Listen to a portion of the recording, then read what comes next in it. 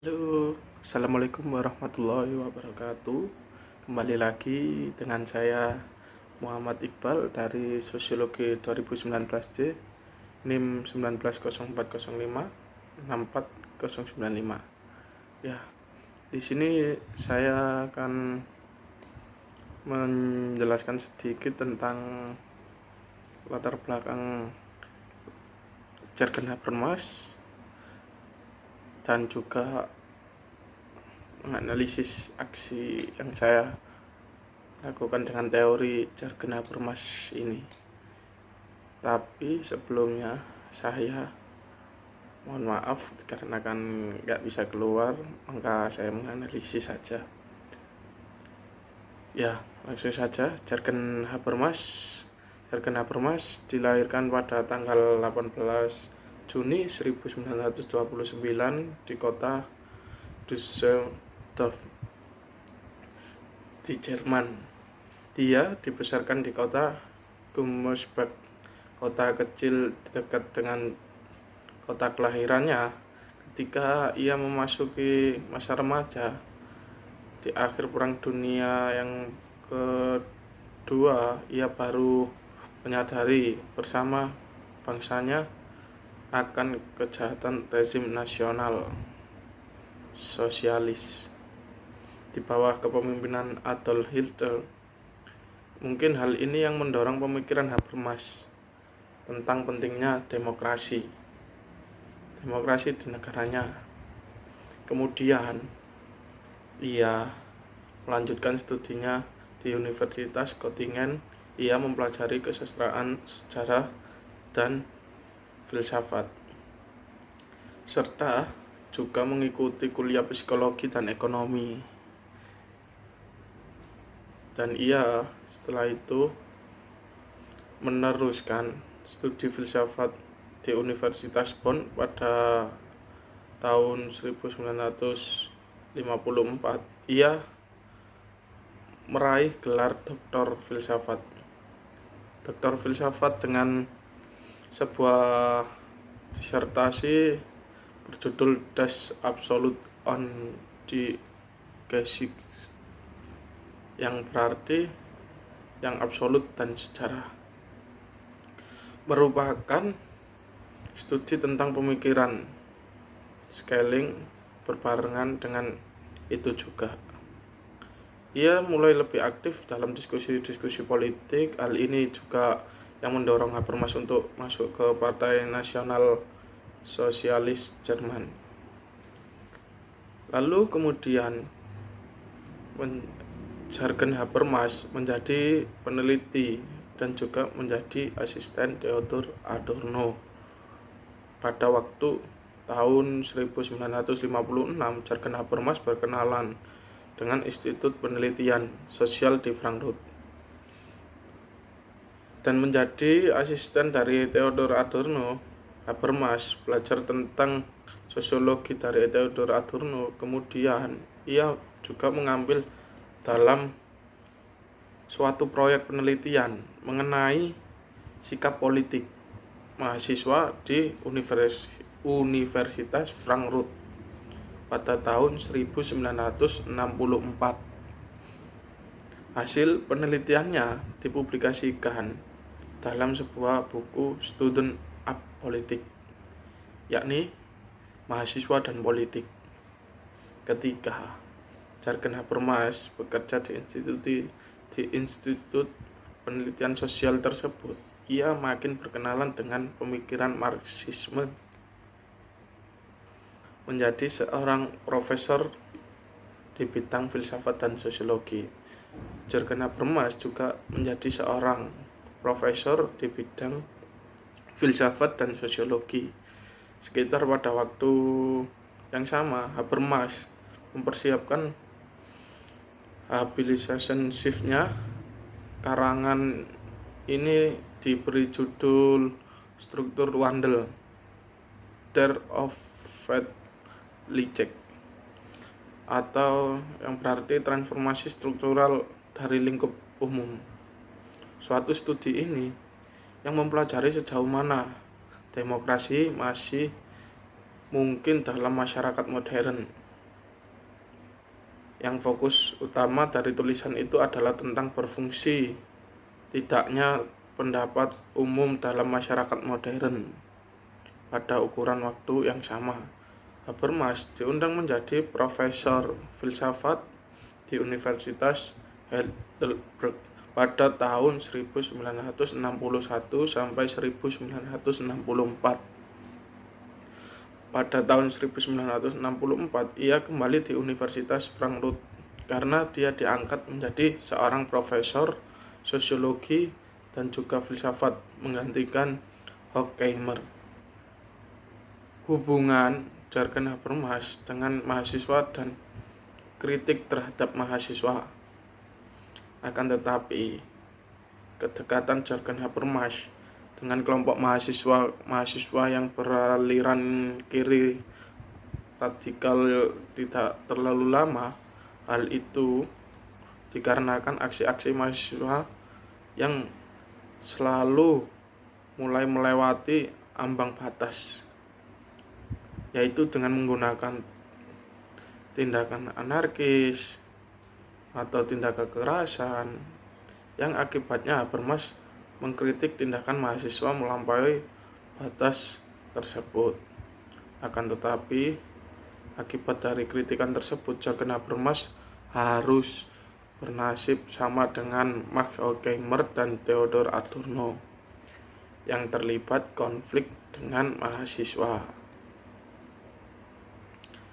Kemudian masa pensiun Jürgen Habermas, akhirnya Habermas dengan mahasiswa beraliran kiri tersebut makin bertentangan. Hal ini juga mendorong Habermas untuk keluar dari Universitas Frankfurt. Habermas menerima tawaran untuk bekerja di Max Planck Institute di kota Starnberg sebagai peneliti. Habermas bekerja di sana selama 10 tahun sampai lembaga penelitian ini dibubarkan. Nah, selama di Max Planck Institute, Habermas telah mencapai kematangan pemikiran filosofinya.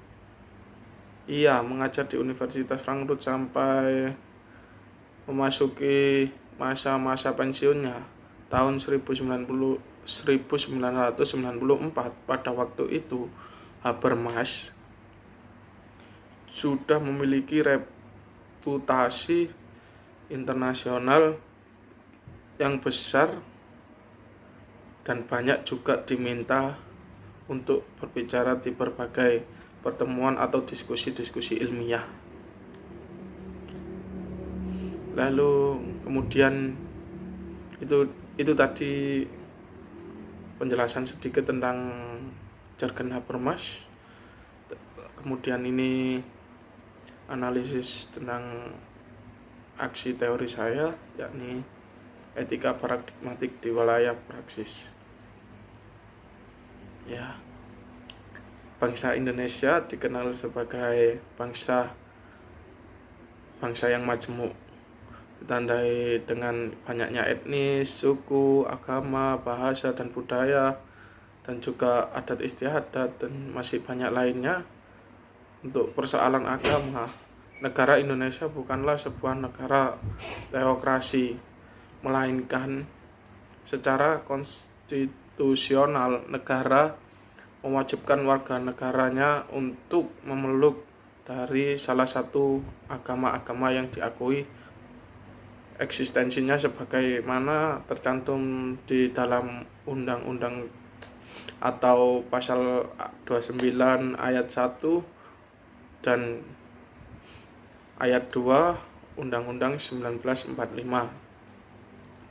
Negara memberi kebebasan kepada penduduknya untuk memilih salah satu agama yang telah ada di Indonesia, yaitu agama-agamanya yakni agama Islam, Kristen Protestan, Kristen Katolik, dan Kristen Katolik, dan juga Hindu, Buddha, dan Konghucu.